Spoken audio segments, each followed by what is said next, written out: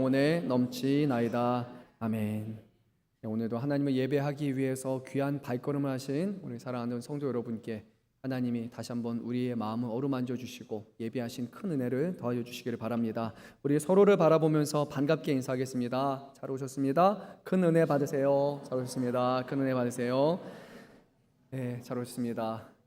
네, 무더위가 꺾일 것 같더니 다시 또 기승인 것 같아요. 날씨가 또 무덥습니다. 오늘 우리 보니까 장로님 한 6시부터 오셔가지고 에어컨 트시고 막 준비하시고 또 참 보이지 않지만 않는 곳에서 오늘 또 우리가 쾌적한 환경에서 예배할 수 있도록 돕는 분들이 참 많이 계십니다. 또 뒤에 방송팀, 방송 음향 준비하시고 오늘 찬양팀 물어보니까 거의 대부분 식사 안 하시고 오셔가지고 그 배고픈데 허기진 배로 또 찬양 준비하시고 또 우리 안내하시는 분들 오늘 너무 많은 분들이 또 이 자리에 예배 드릴 수 있도록 수고해 주신 것 같아요. 늘 감사한 마음이지만 오늘 또 이 자리를 빌어서 다시 한번 감사드립니다. 그리고 쉬고 싶은 마음 다 있잖아요. 그런데 그것을 또 이겨내고 하나님을 예배하러 자리로 나온 우리 귀한 성도 여러분들도 한 분 한 분 참 볼 때마다 너무나 감사하고 이런 말하면 좀 쑥스러웠지만 주님 안에서 정말로 진심으로 사랑합니다. 자, 오늘 우리에게 주시는 하나님의 말씀을 우리 나누고자 합니다. 우리가 7월달 그리고 8월달 2달 동안 나눈 말씀이 있었어요. 좀 어려운 말씀이었죠. 하나는 신약의 마지막 말씀이었던 요한계시록, 그렇죠? 그리고 최근에 우리가 나누었던 말씀은 또 구약에서도 거의 끝부분에 해당하는 스가랴서 말씀을 나눴습니다. 이 두 가지 말씀이 환상을 다루고 있는 말씀이기 때문에 좀 어려운 말씀이기도 합니다.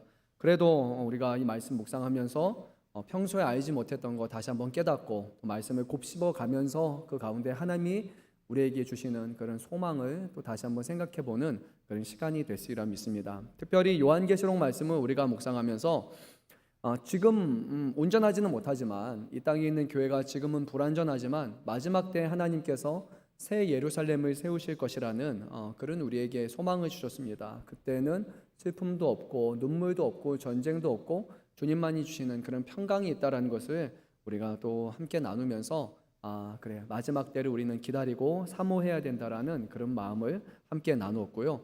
또 스가랴서 말씀을 통해서는 성전 재건이라는 그런 상황 속에서 하나님이 너희가 성전만 짓는 것이 아니라 회개함으로 너의 마음을 나에게 돌이키라. 그러면 내가 너와 함께 할 것이라는 그런 회복의 비전을 주셨는데 또 스가랴서 마지막 말씀도 결국에는 새 예루살렘에 대한 그런 기대의 말씀으로 끝을 맺는 걸 보게 됩니다. 그래서 오늘 우리가 이 두 편의 말씀을 나누게 되는데요. 시편 120편부터 시작해서 134편까지 15편의 시편에 이러한 소제목이 붙어 있어요. 성전에 올라가는 노래입니다. 그리고 이 성전은 어디를 가리키느냐? 오늘날로 말하면 하나님을 예배하는 교회를 가리킵니다. 그래서 오늘 우리가 시편 122편과 123편 말씀을 살펴보면서 우리가 어떤 교회를 또 지향해야 될지, 또 우리 교회에게 주시는 사명은 무엇인지, 또 이 땅에 있는 교회가 아직은 불완전하다 할지라도 하나님께서 우리에게 약속하신 그런 마지막 때의 진정한 교회의 모습이 무엇인지를 우리가 함께 살펴보면서 또 오늘 우리가 어떻게 행동해야 될지 하나님 앞에 기도하고 또 하나님께서 이뤄가시는 모습을 우리가 경험하는 그런 복된 시간이 되면 참 좋을 것 같습니다. 시편에서 가장 긴 시편이 몇 편인지 여러분 기억나십니까? 119편이죠. 그렇죠. 몇 절인지 혹시 기억나십니까? 대충 막 입이 막 왔다 갔다 하는 176절이죠. 그렇죠. 어마어마하게 긴 시입니다. 그래서 119편 176절에 달하는 이 119편을 저는 개인적으로는 여호와의 말씀에 향한 헌정시라고 그렇게 저는 생각을 하는데요. 근데 이 말씀이 딱 끝난 다음에 이제 120편부터 134편까지 총 15개의 시편이 성전에 올라가는 노래라는 그런 소제목을 갖고 있습니다. 우리가 익히 알고 있는 것처럼 하나님께서 이스라엘에게 딱 한 개의 성전만을 허락하셨고 그 성전이 어디 있습니까, 여러분? 예루살렘, 그렇죠. 예루살렘에 있습니다. 그래서 성전을 올라가는 노래란 예루살렘 성전을 순례하면서 이곳을 올라가면서 부르는 그런 노래를 가리킵니다. 하나님께서는 구약의 율법에 따라서 모든 이스라엘 백성이 1년에 3번은 반드시 절기를 지키라고 하셨습니다. 첫 번째는 출애굽을 기념하는 6월절이었고 두 번째는 첫 수확을 감사하는 칠칠절이었고, 그 다음에 마지막으로 광야 생활을 기억하는 초막절, 이 세 가지 절기를 반드시 지키라고 말씀하셨습니다. 그래서 이 절기가 되면 이스라엘 백성들뿐만이 아니라 해외에서 생활하는 유대인들도 또 그 중에 하나님을 경외하는 사람들은 다 예루살렘으로 모여서 성전에서 절기를 지켜서 하나님을 예배했습니다. 그런데 그런 의미에서 이 3대 절기에 갖고 있는 큰 의미가 있는데요. 이 전까지만 해도 12지파로서 자신의 할당된 영토에서 살아가고 있다가 이때가 되면 이제는 다 같이 하나로 모이는 그런 뜻깊은 날입니다. 이스라엘 안에 있는 흩어진 지파들도 모이지만 뿐만 아니라 해외 거류 중인 그런 백성들까지도 다 한자리에 어우러져서 우리가 하나님의 백성이다라는 것을 다시 상기시킬 수 있는 그런 특별한 기간이라 할 수 있습니다. 그래서 우리가 앞서 말씀드린 것처럼 시편 120편에서 134편까지의 말씀은 성전에 올라가는 노래라는 공통 주제로서 이때 다 같이 모여서 절기를 지키면서 하나님을 예배하는 것을 가리킵니다. 근데 잘 말씀을 15편에 해당하는 시편의 말씀을 보게 되면 여기에 담겨 있는 내용이 획일적이지 않고 각자의 상황 또 각자의 주어진 환경이 다 다른 것을 우리가 보게 됩니다. 그런데 다양한 삶의 자리에서 성전에 올라가려고 마음을 준비하고 또 그 순례의 길을 떠나서 하나님의 전에 나와서 하나님을 예배하는 그런 아름다운 모습을 우리에게 보여주게 되는데요. 그런 의미에서 생각해 보면 이 자리에 나와 있는 저와 여러분, 우리 성도 여러분들도 오늘 이 자리에 오기까지 각자가 생각한 것도 다르고 각자가 놓인 상황도 다 다를 것이라고 생각을 합니다. 하지만 오늘 우리가 이 자리에 하나 되어서 또 하나님을 예배하기 위해서 모였으니까 또 우리의 마음이 하나님 안에서 하나가 되었으면 좋겠고요. 그리고 하나님께서 오늘 우리의 마음을 이제는 하나된 교회로서 허락하여 주셔서 우리 모두에게 허락하신 뜻이 무엇인지를 깨닫게 하는 그런 은혜를 베풀어 주셨으면 좋겠습니다. 그런 의미에서요, 제가 여러분께 이런 질문을 드리도록 할게요. 어려운 질문이 아니라 우리가 늘상 들었던 질문이지만 여러분들이 다시 한번 생각해 보면 좋을 것 같아요. 여러분, 오늘 이 자리에 나오기까지 지난 한 주간의 여러분의 삶이 어떠셨습니까? 하나님과의 온전한 관계 속에서 살아온 한 주간의 삶이었습니까? 아니면 이 자리에 오기까지 우리의 삶이 어떠셨는지를 생각해 봤으면 좋겠고요. 이것은 과거의 삶에 관한 것입니다. 또한 오늘 여러분 이 자리에 어떤 마음으로 나오셨는지, 현재 우리의 마음의 상태가 어땠는지를 한번 생각해 보면 좋을 것 같고요. 그리고 마지막으로 우리가 이 자리에 예배하러 나왔으니까 이 자리에서 하나님께 무엇을 기대하고 계신지, 앞으로의 소망과 기대에 대한 부분을 한번 생각해 보면 좋을 것 같아요. 과거의 삶, 현재 우리의 마음의 상태, 그리고 앞으로 우리가 우리의 소망과 기대를 생각해 보면 좋을 것 같아요. 시편의 말씀에서 시인이라 부리는 사람은 자신의 처지와 상관없이 하나님의 임재를 바라봤고, 그리고 하나님의 임재가 있는 성전에 오게 되면 하나님께서 그 기도를 들으시고 응답하시고 문제가 해결될 것이라는 그런 기대감을 갖고 이 순례의 길에 올랐는데요. 그래서 오늘 이 자리에 발걸음하신 저와 여러분들도 우리의 지난 한 주간의 삶, 또 오늘 이 자리에 오기까지 우리의 마음의 상태, 또 우리가 하나님 앞에 바라고 소망하는 것이 무엇이든지 이 모든 것이 하나님의 거룩하신 임재 가운데 우리에게 문제가 해결될 것이라는 그런 기대를 가지고 우리가 오늘 말씀을 함께 나누면 좋을 것 같습니다. 자, 우리 시편 122편 1절 말씀을 먼저 읽도록 하겠습니다. 사람이 내게 말하기를 여호와의 집에 올라가자 할 때에 내가 기뻐하였도다. 아멘. 오늘 시인은요, 예루살렘으로 가는 순례 여정에서 누군가 자기를 초대한 것에 대해서 아주 기뻐했습니다. 근데 다른 것도 아니라 밥 먹으러 가는 그런 자리도 아니고 하나님을 예배하러 가는 이 순례 여정, 이것이 그에게 너무나 기쁨이 되었던 거예요. 생각해 보면 고대 사회의 여행이라는 것은 오늘 우리의 삶과는 많이 다릅니다. 여행이 결코 안전하지 않았습니다. 오늘 우리나라처럼 택시를 탄다든지 자가용을 이용한다든지 아니면 비행기를 타다든지 우리는 아주 좋은 이동 수단이 있잖아요. 그런데 고대 사회에서는 거의 대부분에 걸어서 가야 됐기 때문에 쉬운 길이 아니었고, 이 걸어가는 길조차도 이렇게 포장도로가 아니라 비포장 도로이기 때문에 그냥 땅을 밟으면서 가는 거니까, 그리고 가는 곳곳마다 편말이 다 붙거나 우리가 요즘 즐겨 사용하는 내비게이션이 있어가지고 어디로 가는지 몇 미터 전방에 뭐가 있는지 이런 안내 표지가 하나도 없다 보니까 여행이라는 것은 설레이는 마음도 있지만 동시에 두려움이 가득한 것이 고대 사회의 여행이라고 할 수 있습니다.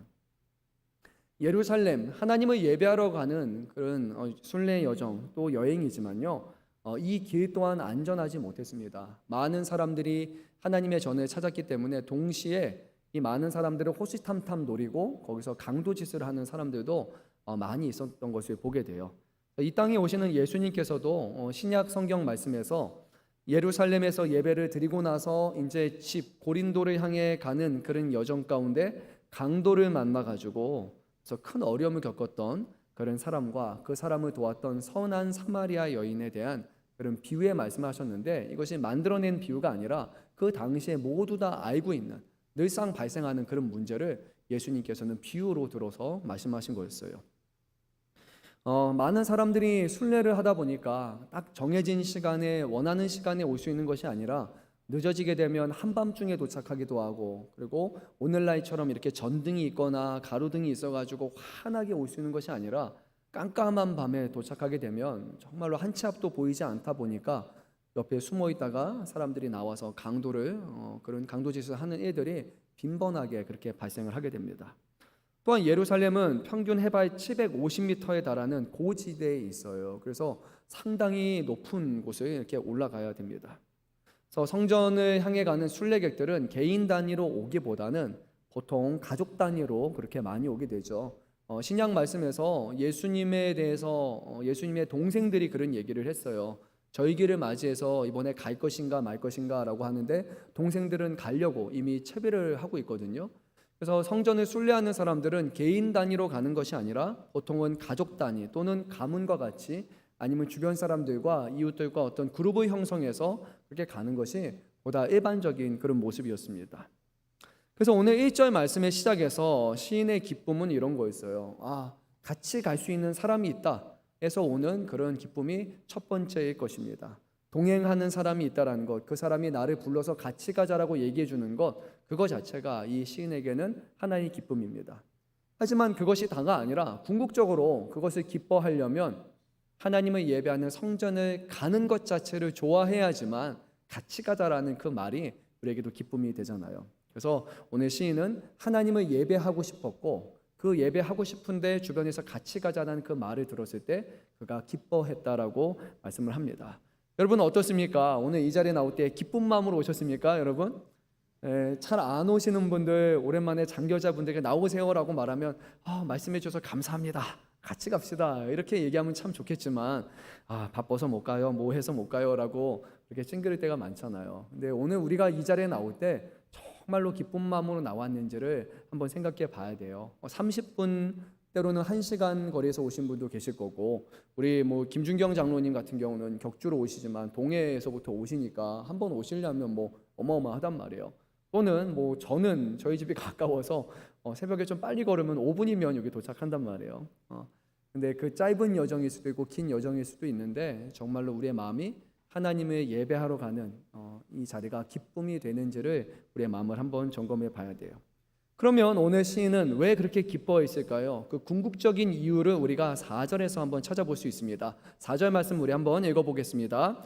지파들 곧 여호와의 지파들이 여호와의 이름에 감사하려고 이스라엘의 전례대로 그리로 올라가는도다. 아멘. 많은 순례객들이 성전에 올랐던 이유는 여호와의 이름에 감사하기 위함이었어요. 다른 것이 아닙니다. 하나님 앞에 받은 은혜가 감사했고 또 하나님의 임재하시는 곳으로 갈 수 있다는 것에 감사하는 마음이 이 사람들의 성전을 찾는 그런 하나의 이유라고 우리는 볼 수 있습니다. 성전에 가는 것을 감사하는 이유는 바로 이 성전이 하나님의 임재하시는 거룩한 처소이기 때문에 그들은 이것을 또한 감사할 수 있었던 거예요. 하나님 앞에 만나러 왔는데, 예배하러 왔는데 하나님이 거기 계시지 않는다면, 하나님이 만나주시지 않는다면 결코 감사함이 없을 겁니다. 오늘 우리가 이 자리에 나올 때도요, 그냥 우리가 예배 시간에 설교 말씀 듣는다라고 생각했다면 그 중에는 이런 말씀 듣는 거 좋아하시는 분들은 오늘 기대하는 마음으로 오셨겠죠. 하지만 막 이런 얘기하는 거 별로 안 좋아하시는 분도 있단 말이에요. 그리고 찬양 부르는 것도 막 내가 목소리가 좋지 않아서 그렇게 좋아하지 않으시는 분도 있단 말이에요. 그러면 설교 듣는 시간도 괴로운 시간이 되고요. 찬양하는 시간도 목 아픈 시간이 될 수 있단 말이에요. 근데 그런 것이 아니라 하나님 앞에 나오는 그 모든 목적은 하나님께 받은 은혜가 감사하고 오늘 이곳에 오면 하나님이 영적으로 우리와 함께 하시고 우리를 만나 주실 것이라는, 이곳에서 주님을 만날 수 있다라는 그런 기대가 있을 때 오늘 이곳에 기쁜 마음으로 우리가 올 수 있는 겁니다. 여러분, 어쩌면 오늘 이 자리에 올 때 그런 기대감과 그런 감사함으로 오신 분도 계실 거고, 아무 생각 없이 오늘 오신 분도 있으실 거고, 부모님 때문에 온 사람도 있을 거고, 우리 주변의 사람 때문에, 아니면 또 누군가를 만나기 위해서 어쩔 수 없어서 다양한 이유로 여러분 이 자리에 왔을 거라고 생각이 들어요. 하지만 바라는 것은요, 어떤 이유에서든지 우리가 이 자리에 나왔다면 이곳에서 우리의 마음을 하나님 앞에 드렸으면 좋겠고요. 그리고 하나님이 이곳에 함께 하신다, 임마누엘의 하나님을 기대하시면서 또 하나님께서 우리의 마음을 어루만져 주시고 또 하나님께서 우리가 드리는 예배를 통해서 영광 받아 달라고, 또 주님의 은혜를 경험하는 시간이 되더라고, 여러분 그런 기대하는 마음으로 우리가 예배의 시간, 또 예배의 마지막까지 우리가 끝까지 집중을 하면 좋을 것 같습니다. 많은 순례객들이 성전에 올랐던 이유, 여호와의 이름을 감사하기 위함이었습니다. 사랑하는 성도 여러분, 예루살렘은요, 그 당시로 보게 되면 이스라엘의 수도입니다. 그리고 그곳에는 왕궁이 있어요. 그리고 하나님을 예배하는 성전이 있습니다. 오늘날로 보게 되면 서울인데 서울 한복판에 가장 중요한 그런 도시가 되겠죠. 그런 지역이 되겠죠. 그러니까 순례객들은 이 도시에 온다는 것만으로도 대도시에 온다, 수도에 온다, 왕궁을 볼 수 있다, 성전을 볼 수 있다라는 것에 대해서 기대하는 마음이 기본적으로 있었을 거예요.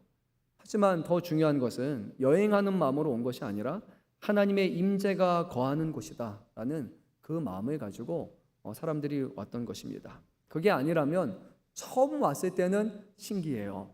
그런데 1년에 3번을 오면 단순히 이곳이 멋있어서 이곳이 좀 좋은 여행지처럼 느껴져서 왔다면 많이 올 수는 없을 겁니다. 1년에 3번씩 30년만 가면 별로 가고 싶은 마음이 들지 않을 겁니다. 오늘 이 자리에 우리가 온 것이 하나님의 임재와 하나님을 예배하는 것이 아닌 다른 것을 기대하고 왔다면 처음에는 설레이기도 하고 처음에는 즐겁고 기쁠 수도 있지만 그것은 우리에게 영원할 수는 없다는 것을 기억해야 해요. 그래서 하나님의 임재를 기대하는 것이 오늘 우리가 드리는 우리가 감사하며 예배하는 것임을 기억해야 됩니다. 구약 시대에는 성전이 예루살렘 성전 하나였어요.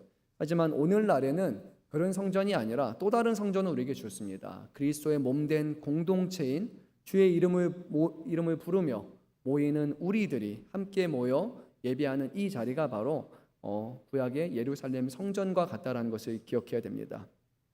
물리적으로는 대한민국 땅이지만 영적으로는 주님을 임재를 경험할 수 있는 자리이기 때문에 오늘 이곳이 바로 예루살렘 성전이 될 수 있는 거죠.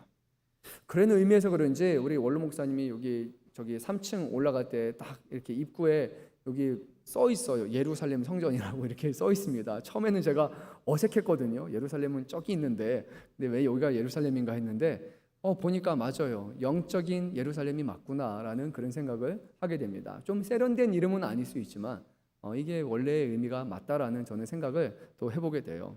이게 생소하게 들리는 분도 있겠지만 잘 보십시오. 문 위에 예루살렘 성전 이렇게 딱 써 있습니다. 저희 오늘 우리가 예배하는 이 예배당 솔로몬의 성전에 비하면 보잘것없죠. 구약의 솔로몬의 성전은 벽에 막 금도 있고 너무 멋있고 웅장한 그런 성전이었어요. 바라만 봐도 멋있다, 웅장하다, 이곳은 꼭 하나님이 계실 것 같은 그런 장소였습니다. 하지만 학개서 2장 9절 말씀을 보게 되면 스가랴서와 병행하는 그런 말씀인데요.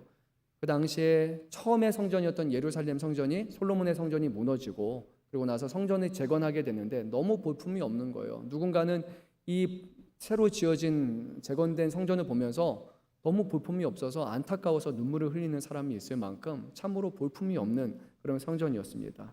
근데 우리 하나님은 뭐라고 말씀하셨냐면 하나님이 영이 함께 하실 때 하나님의 영광이 충만하게 되고 이 성전의 나중 영광이 이전 영광보다 크리라라고 말씀하셨습니다.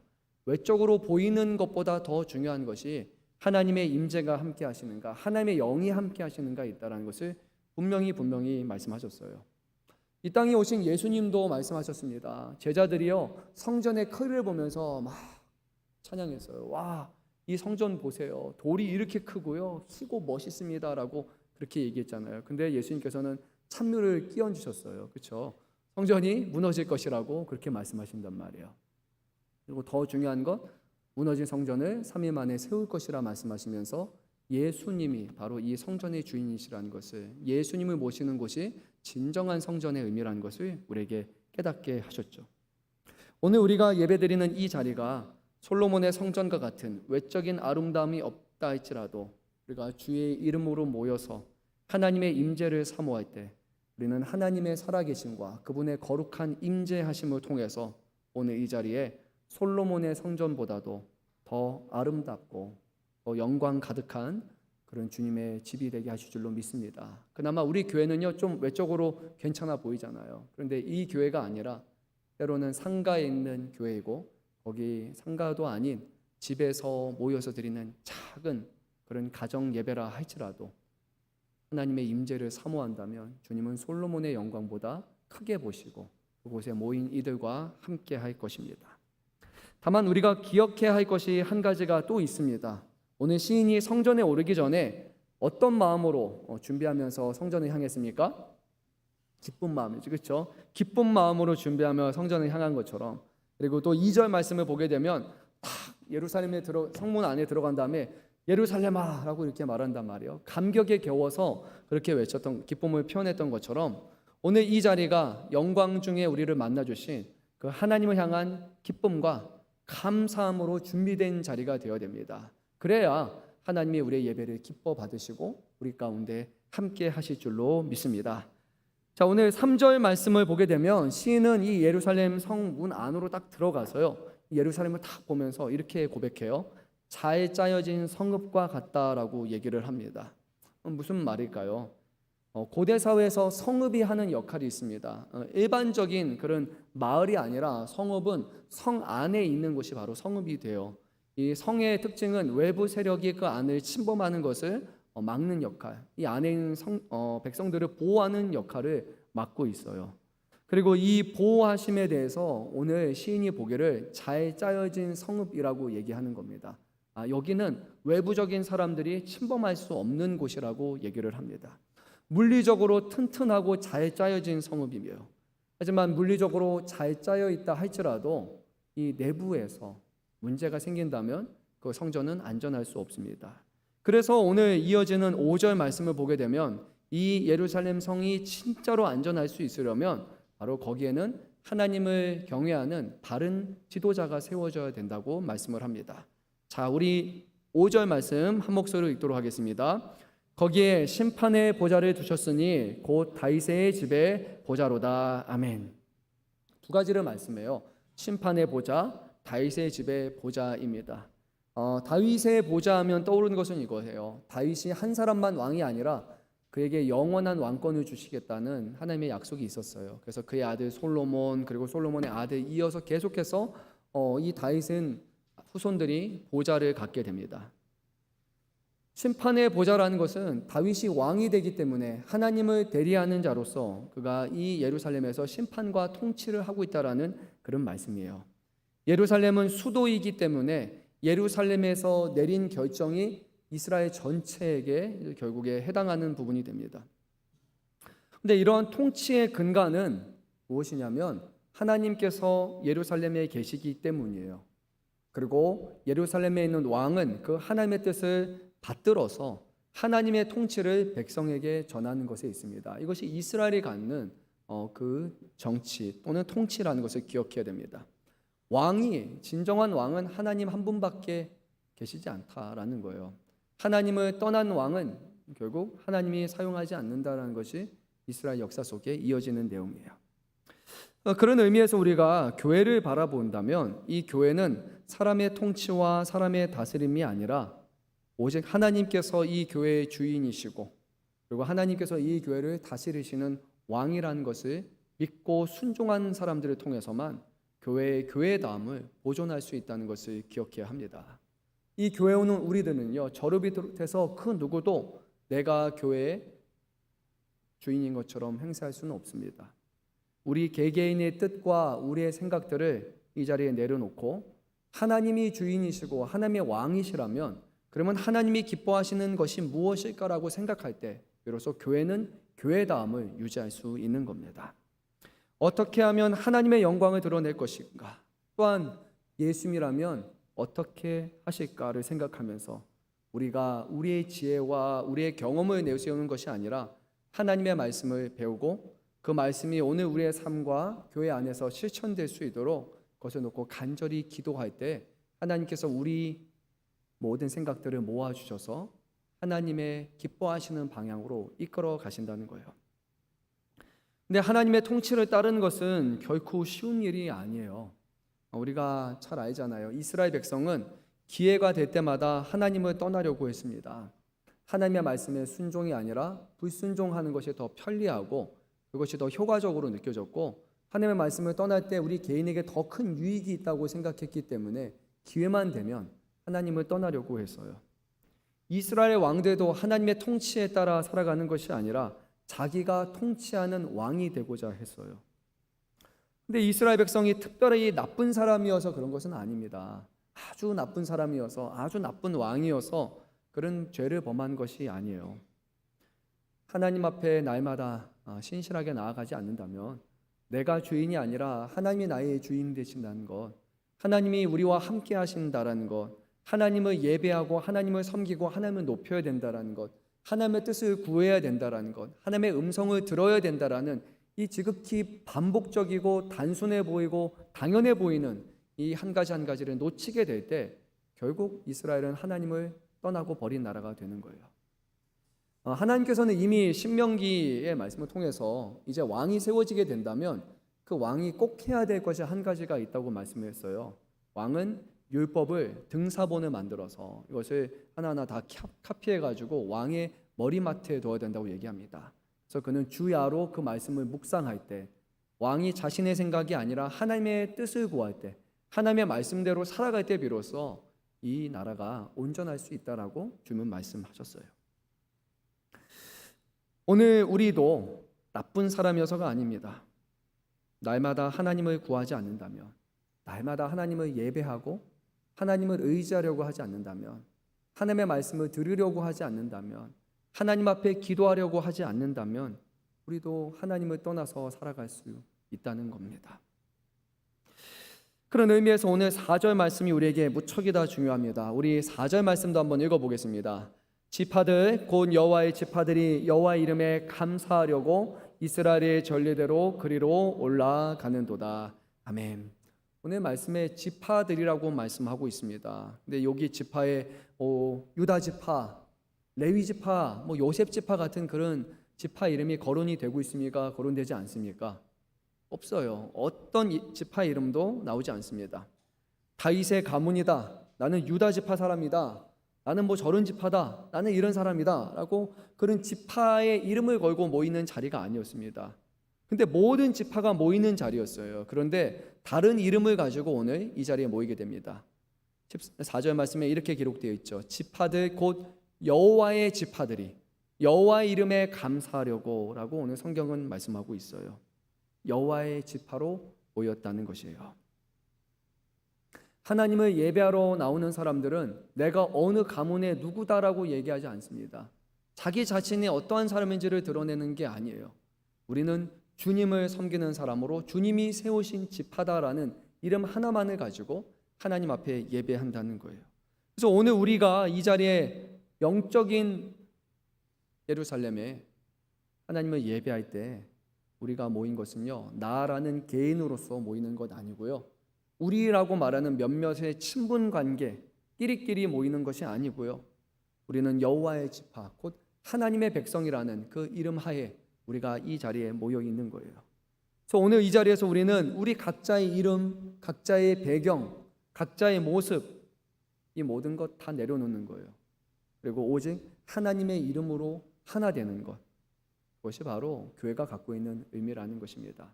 세상에서는 어디 가면 이 사람이 어떤 사람이냐 소개해주고 어떤 배경이냐에 따라서 그 사람을 인정해 주기도 하고 그 사람을 높여 주기도 합니다. 하지만 교회 안에는 그런 것이 없습니다. 하나님의 이름으로 모인 하나님의 백성들이 다예요. 그 안에 더 특별하거나 더 뛰어나거나 더 알아줘야 될 사람은 없습니다. 하나님이라는 이름, 여호와라는 이름이 중요한 것이지 우리의 이름이 중요한 것이 아니란 말이에요. 우리 금천양문교회 아주 유명한 사람이 있어서 그 교회가 특별하다, 그렇지 않습니다. 우리 금천양문교회에 있는 어떤 목회자가 아주 유명하고 방송에 많이 나오는 목회자여서 우리 교회는 아주 특별한 교회입니다. 여러분, 그렇지 않습니다. 이 땅에는 어느 교회도 사람의 이름이 여호와의 이름보다 앞서서는 안 됩니다. 그것은 하나님의 교회가 아니에요. 몇몇 사람의 이 교회가 될 수 있다는 거예요. 이 자리에 우리는 오직 하나님의 이름으로 모여있기 때문에 하나님 안에서 하나 되어야 되고 하나님의 선하심과 하나님의 기뻐하시는 뜻을 구하고 그 안에서 서로 맞춰가는 것이 바로 오늘 우리가 이 자리에 모인 이유입니다. 그래서 4절 하반절 말씀을 보게 되면 이렇게 얘기합니다. 이스라엘의 전례다라고 얘기를 합니다. 근데 이것을 또 다른 표현으로, 오늘 우리의 표현으로 말하게 되면 이것은 주님의 증인이다라는 표현이 더 적절한 거예요. 오늘 우리는 여호와의 이름을 높이는 여호와의 백성으로서 주님의 증인으로 이 자리에 모여 있다라는 것을 우리가 기억해야 됩니다. 오늘 우리가 드리는 예배, 찬양 모든 순서가 주님의 주님 되심, 하나님의 하나님 되심만을 드러내는 그런 예배가 되어야 합니다. 그리고 이제 성전에 모인 사람들이 성전에서 하는 것이 있습니다. 교회 오면 빠지지 않고 우리가 하는 것이 하나가 있어요. 바로 기도입니다. 우리 한번 6절 말씀을 한번 읽어보도록 하겠습니다. 예루살렘을 위하여 평안을 구하라. 예루살렘을 사랑하는 자는 형통하리로다. 아멘. 오늘 이 자리에 모인 순례객들이죠. 12지파에서 온 사람들이니까 얼마나 많은 사람들이 모였겠습니까? 네, 이 사람들이 다 와가지고 하는 공통적인 기도가 하나 있었어요. 바로 예루살렘에 위하여 평안을 구하는 기도였습니다. 이것이 바로 예루살렘을 사랑하는 사람들의 기도이고 그런 사람들이 형통할 것이다 라고 말씀을 합니다. 오늘 우리가 이 자리에 모였을 때 제일 먼저 하는 기도가 뭐여야 되냐? 바로 교회를 위한 기도를 해야 되는 거예요. 물리적인 의미에서 교회일 수도 있지만 영적인 집합체요 공동체로서 우리가 이 교회를 위해서 기도해야 되는 거예요. 내가 중심이 아니라 교회가 중심이 된다는 것을 우리는 기억해야 돼요. 오늘 말씀에 평안을 의미하는 단어, 이것이 우리에게는 너무나 익숙한 단어인데요. 히브리어로는 샬롬이라고 그렇게 알려져 있습니다. 샬롬, 샬롬, 샬롬. 그래서 오늘 6절에서 8절까지 절마다 샬롬이라는 표현이 반복적으로 얘기하기 때문에 샬롬을 위한 기도라고도 할 수 있어요. 샬롬의 사전적인 정의는 뭐냐라고 할 때 완전하다, 온전하다, 그리고 충만하다라는 의미가 바로 샬롬이 갖고 있는 그런 의미입니다.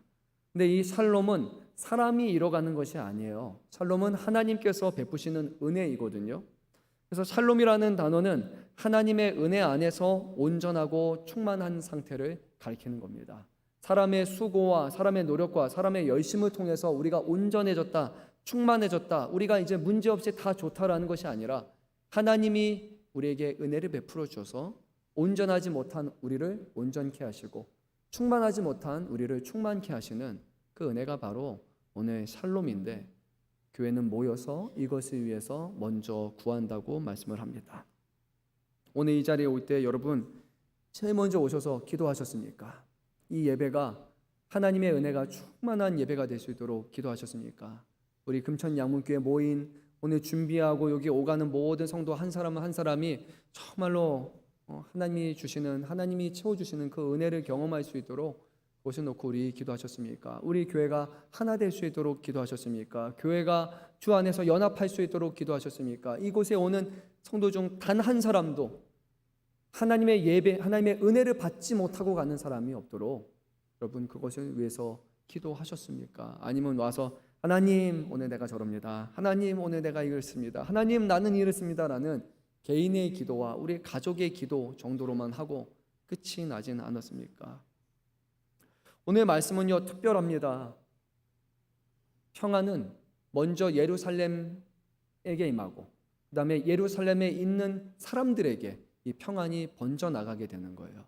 그래서 우리가 교회를 평안을 위해서 교회 안에 이루실 은혜와 충만함을 위해서 구하는 것이 첫째고, 우리 교회가 하나님의 은혜로 충만하게 될 때 그 은혜의 충만이 이 교회 모두를 구성하는 저와 여러분과 한 사람 한 사람에게 흘러가게 되는 것이고, 그리고 우리가 세상에 나아가서 그 하나님의 충만하심을 또 드러낼 수 있는 그런 모습이에요. 교회에서부터 하나님의 은혜가 시작된다는 것을 우리가 보게 됩니다.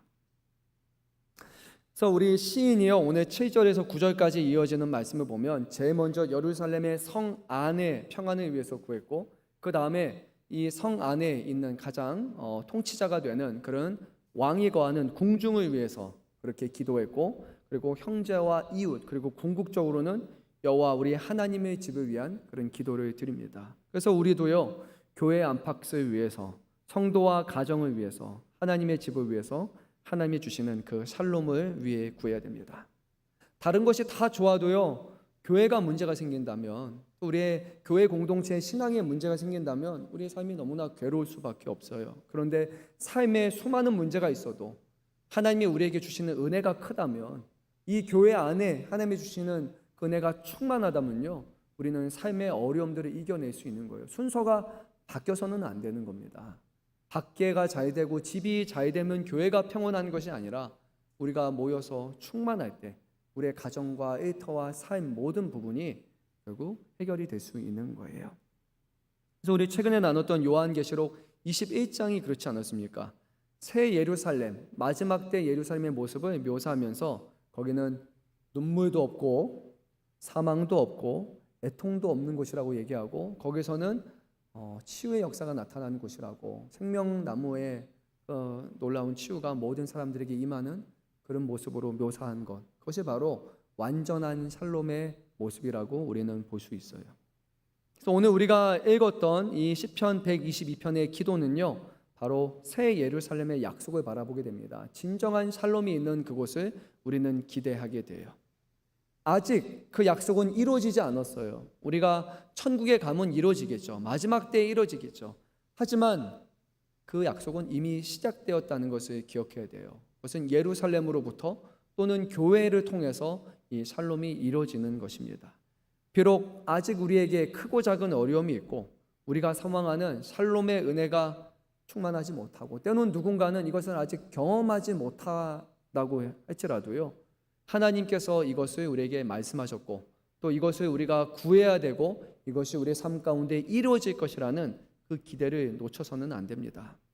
하나님께서는 우리가 샬롬, 그 샬롬의 은혜를 주기를 기뻐하시는 하나님이시기 때문이에요.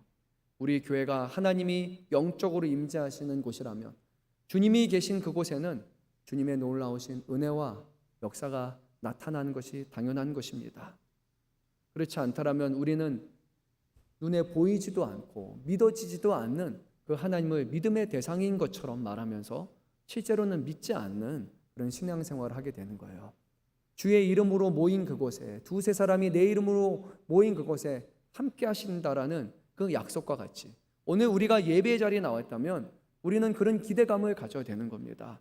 삶에 큰 문제가 있지만 교회 가면, 하나님을 온전히 예배하면 하나님이 우리에게 은혜를 베풀어 주셔서 문제가 해결될 것이고 그 문제를 이겨내고 넘어서는 놀라운 역사가 일어날 것이라는 그런 기대를 갖지 않는다면 오늘 이 자리에 왜 우리가 나와 있는 겁니까? 하나님의 임재가 있다는 것을 우리가 믿지 않는다면 오늘 우리는 뭘 바라고 이 자리에 나와 있는 겁니까? 하나님이 살아 역사하시는 하나님이라는 것을 우리가 믿지 않으면서 이 자리에 나와 있는 것보다 불쌍한 것이 어디 있습니까?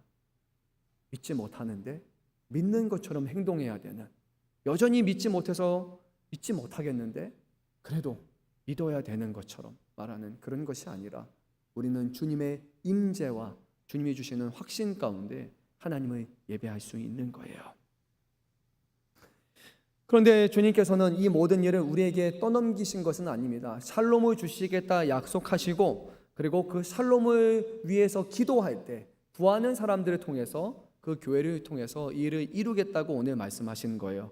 그래서 오늘 저와 여러분들이 하나님이 예비하시는 샬롬의 은혜를 놓고 기도한다면 하나님께서는 우리 교회 가운데 그 놀라운 은혜를 허락하실 것이고, 그것이 우리의 삶의 현장, 우리의 가정, 그리고 세상 끝까지 확장되는 일을 보게 될 것입니다. 그리고 우리는 이것을 놓고 기도해야 돼요. 하나님, 알겠어요. 근데 어떻게 우리가 샬롬을 이뤄갈 수 있습니까?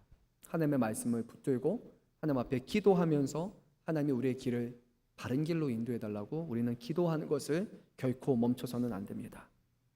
같은 교회 안에서 샬롬의 은혜가 없다면, 우리 안에 다툼이 있다면, 우리 안에 분열이 있다면, 서로를 상처 주는 것이 있다면, 서로가 내 탓이 아니라 당신 탓이라고, 내 탓이라고 떠넘기는 그런 일들이 일어나고 있다면 거기는 진정한 의미에서 예루살렘 교회가 될 수 없습니다.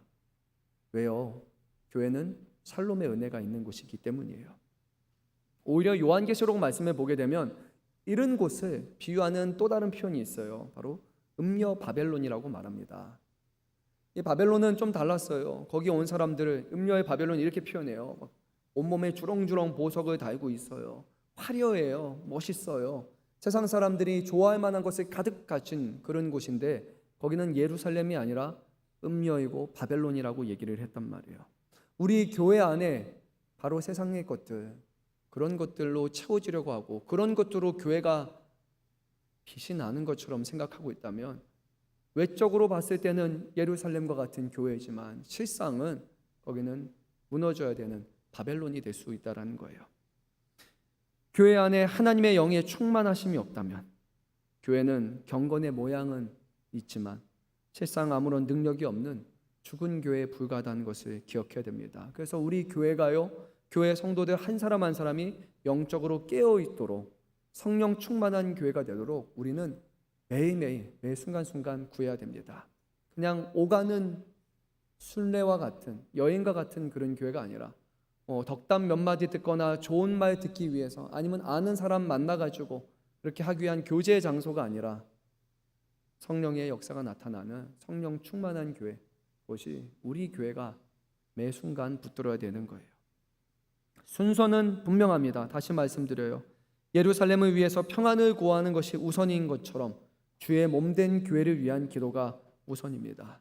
우리 모여있는 교회뿐만 아니라 이 지역에 있는 모든 교회, 땅끝까지 선교지에 있는 교회까지 하나님의 교회가, 하나된 교회가 세워질 수 있도록 그 교회를 통해서 세상이 회복되고 변화될 수 있도록 우리는 항상 기도를 멈춰서는 안 됩니다. 그럴 때 하나님께서는 교회 안에 거하는 우리 모두에게 평강의 은혜를 베푸실 것입니다.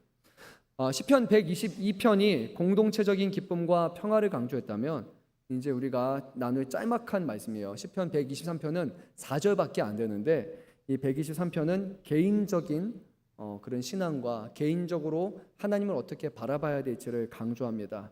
그래서 시인이 이렇게 고백을 하는데요. 자, 우리 한번 1절 말씀 한번 읽겠습니다.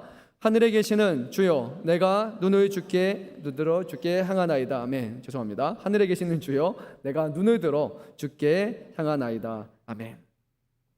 자, 눈을 들어 주께 향한다는 말씀에서 여기에 그 앞에 한 가지가 들어갑니다. 누구여라고 부르고 있습니까? 주여. 네, 벌써 기도해야 될 것 같죠. 주여라는 표현. 이거 우리에게 아주 익숙한 그런 표현입니다. 기도할 때 우리는 주여라고 기도를 많이 합니다. 그리고 한국 교회는 특별한 게 있어요. 주여를 몇 번 합니까? 네, 3번 합니다. 아주 중요한 일을 앞두고선 주여 3번, 주여 삼창이라는 표현을 하고요. 네, 저도 그래요. 그래서 우리 금요 기도회 때 주님 한번 이름 부르고 기도합니다. 주여 하고, 그리고 마지막에 마지막 기도 제목 놔두면서 주여 삼창을 합니다. 근데 이거 미신적인 거 아니고요. 그냥 구호 같은 거 아닙니다. 저도 처음에는 주여 삼창이 이게 맞나라고 해가지고 저희 신대원 교수님한테 한번 여쭤봤어요. 이거 교회에서 한국교회에서 주여 삼창 하는데 이거 성경적으로나 신학적으로 괜찮은 겁니까? 라고 했더니 그 교수님이 박영규 교수님이셨는데 한국 교회사 관련된 책을 쓰신 분이에요. 근데 그분은 너무 긍정적으로 말씀하셨어요. 한국 교회에 있어서 주여 삼창의 의미는 성경의 주여 삼창을 의미가 나타나지는 않지만 3이라는 그런 의미 자체가 한국은 3번, 3번이라는 것에서 완전하다라는 그런 의미를 갖고 있단 말이에요. 그래서 주여 삼창을 부르는 거는 그냥 한 번이 아니라 정말로 하나님을 의지하겠다라는 그런 의미가 담겨 있는 표현이고, 오랜 기독교의 우리 한국 교회에서 역사에서 반복되었던 표현이었던 거예요. 그래서 오히려 이 교수님은 주여 삼창은 해외에도 해야 될 만큼 이거 정말로 좋은 거다라고 그렇게 하셔서 저도 그때부터는 자신감을 가지고 주여 삼창을 하고 있습니다. 주님, 주님, 주님 세 번 부르는 그 말을 통해서 하나님만이 함께 하시고 하나님만이 능력이시고 하나님만이 응답하신다라는 그런 우리의 마음을 고백할 수 있는 거예요. 근데 문제가 있죠. 말로는 우리가 주여라고 말하지만 정말로 우리 주님을 주님으로 인정하지 않는다면 그것이 문제가 되는 겁니다. 주여를 한 번 하냐, 두 번 하냐, 세 번 하냐, 10번 하냐가 중요한 것이 아니라 더 중요한 것은 정말로 하나님의 주인이라고 우리가 고백하고 있느냐라는 거예요.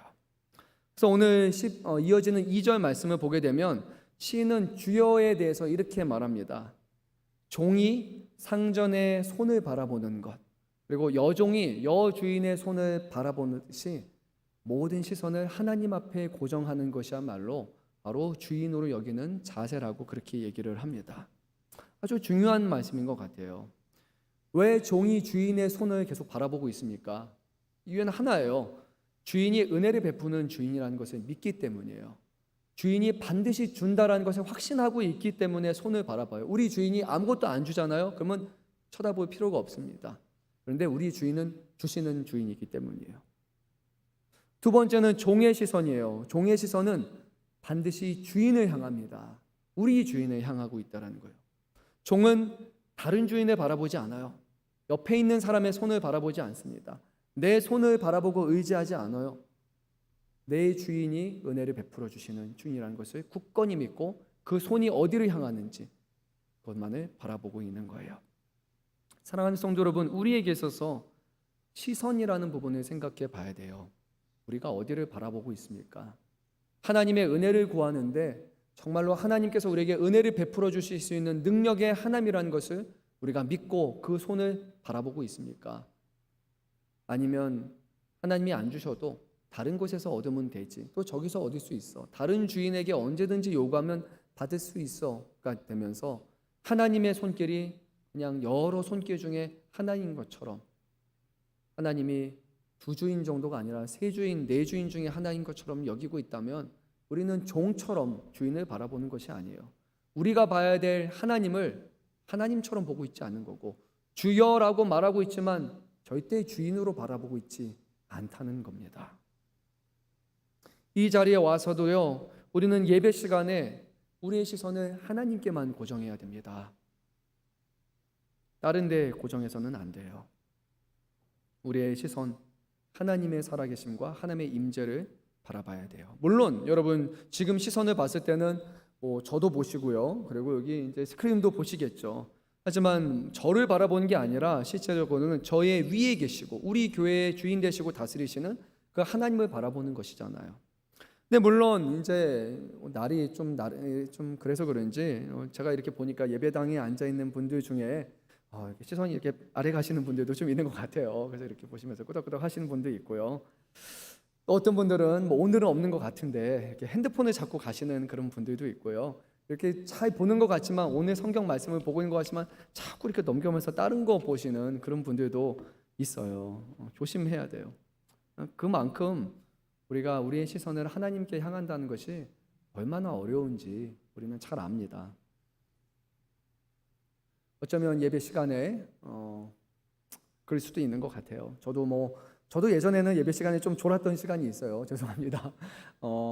목사가 되고서, 목사는 아니었던 것 같아요. 전도사일 때 예배 설교 듣는 게 좀 힘든 순간도 있어요. 왜냐하면 정말로 설교가 힘든 게 아니라 사역을 준비하다 보니까 전날까지 늦게까지 일하고 그리고 아침에 와서 또 부단히 막 준비하다 보니까 이미 여기 오면 지쳐 있는 거예요. 그래서 이렇게 막 지쳐가지고 이렇게 꾸벅꾸벅 졸 때도 있고, 저희도 이제 교회 사역자들 보면 가끔씩 이렇게 좀 피곤해가지고 이렇게 조시는 분이 있고요.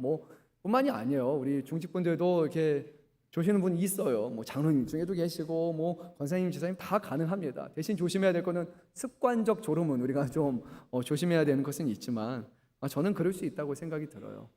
토요일 어제부터 와서 청소도 하시고 봉사도 하시고 그래서 피곤하신 분도 계실 거고, 집에서는 자녀들 돌보느라 양육하느라 아기가 차에 잠을 안 자서 또는 계속 지쳐가지고 피곤해서 주무시는 분, 저는 충분히 가능하다고 생각돼요. 믿지 않는 사람들은 오늘 늦잠 잘 수 있는 시간인데 우리는 밥도 먹지 않고 예배 자리에 나와 있는 것 결코 쉽지 않은 것임을 압니다.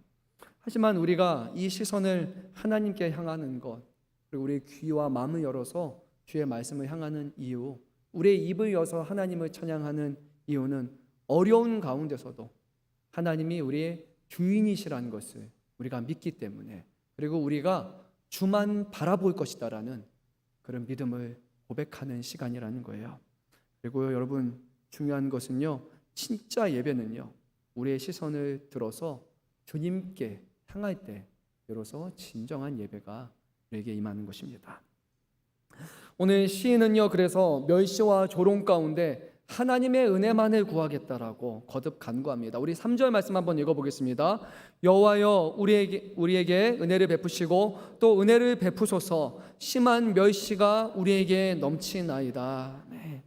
심한 멸시가 넘친다고 얘기해요. 그래서 하나님의 은혜를 구합니다. 하나님의 은혜를 구합니다. 하나님의 은혜만이 라고 얘기하고 있어요. 어쩌면 예수를 믿었는데, 하나님을 열심히 믿었는데 외부의 압박, 또 어떤 내적인 수치가 일어날 수도 있어요. 하나님 그렇게 잘 믿는다고 하는데, 예수님 잘 믿는다고 하는데 너는 왜 이렇게 문제가 항상 이렇게 잘 안 풀리니? 가족도 안 풀리고 직장도 안 풀리고 그리고 자녀 문제도 안 풀리고 정말로 하나님 믿으면 왜 그러냐 하는 그런 말이 우리에게 올 수도 있어요. 정말로 마음을 주님 앞에 향했는데도 그런 일이 발생할 수도 있지만, 또 한편으로는 우리가 하나님을 의지한다라고 말은 하고 있는데, 주님의 손길만을 바라본다고 하고 있는데, 정작 하나님의 손길만이 아니라 다른 것을 여전히 탐하고 다른 은혜를 구하고 있는 우리의 믿음 없음일 수도 있다는 겁니다. 오늘 시인은요, 그 상황 가운데 성전에 와서 주님의 손만 바라보겠습니다. 주님의 은혜만을 구하겠습니다. 라고 오늘 이렇게 고백을 합니다. 사랑하는 성도 여러분, 우리에게도 이런 은혜가 있었으면 좋겠습니다. 우리 하나님이 우리의 주인 되십니다. 라고 굳건히 믿고 어려운 상황 가운데서도 주변 사람들이 뭐라고 하는데도 개의치 않고 나는 하나님이 주시는 은혜를 받기 원한다. 그 은혜를 사모하면서 우리의 시선을 고정하고 그 가운데 하나님이 주시는 은혜를 경험하는 것, 이것이야말로 가장 복된 삶이 아닐까 생각해 봅니다. 하나님이 우리에게 은혜를 베푸신다라는 것은요, 은혜 하나만이 아니에요. 더 중요한 것은 하나님이 우리를 사랑하시고 우리와 함께 하신다라는 가장 명확한 증거일 수도 있습니다. 교회 와서 기도해요. 응답을 받아요. 좋죠. 그게 다가 아닌 거예요. 하나님의 응답하심을 통해서 하나님과의 우리의 관계가 어떤 관계인지를 아는 것, 하나님이 우리의 아버지가 되신다는 것을 깨닫는 것, 그분이 영원히 우리를 사랑하시는 하나님이라는 것을 굳게 믿게 되는 것이야말로 기도의 응답을 넘어서 더 소중한 것이에요. 관계가 명확하지 않는데, 하나님이 믿어지지 않는데, 기도 몇 번 했는데 뭐가 다 문제가 해결돼서 기도하면 응답이 되는구나 라고 여기는 그런 신앙이 아니라, 하나님이 우리의 하나님 되시고 모든 어려움 가운데서도 견딜 힘과 능력이 되시고 주시는 분도 여호와시고 거두시는 분도 여호와시고 오직 주님만이 찬양을 받기 원하신다라는 진정한 의미에서 하나님의 주인으로 섬기는 그런 믿음과 신앙이 우리 안에 세워지는 것, 그것이야말로 우리가 구해야 될 진정한 은혜일 것입니다. 오늘 말씀을 끝마칩니다. 시편 122편은 예루살렘의 기쁨과 평화를, 그리고 123편은 하나님께 시선을 고정하는 겸손한 마음에 대해서 말씀을 했습니다. 이 두 가지가 합쳐져야 되겠죠. 공동체적으로 우리 교회의 샬롬이 하나님께부터 있다는 것을 우리는 기억하시면서 하나님이 은혜가 충만한 교회가 될 수 있도록, 그리고 그 충만한 은혜가 우리 사랑하는 성도 한 사람 한 사람 개인과 우리의 삶에 계속해서 흘러갈 수 있도록 구해야 될 것이고요. 그리고 다시 한번 우리의 시선을 들어서 하나님의 자비하심과 하나님의 은혜만을 바라보는 그런 하나님의 백성으로 살아가라고 오늘 성경은 우리에게 말씀하십니다. 우리 교회 가운데 이 두 가지의 일을 통해서 바로 우리 교회가 정말로 하나님의 교회임을 주님은 우리에게 드러나게 하실 것입니다.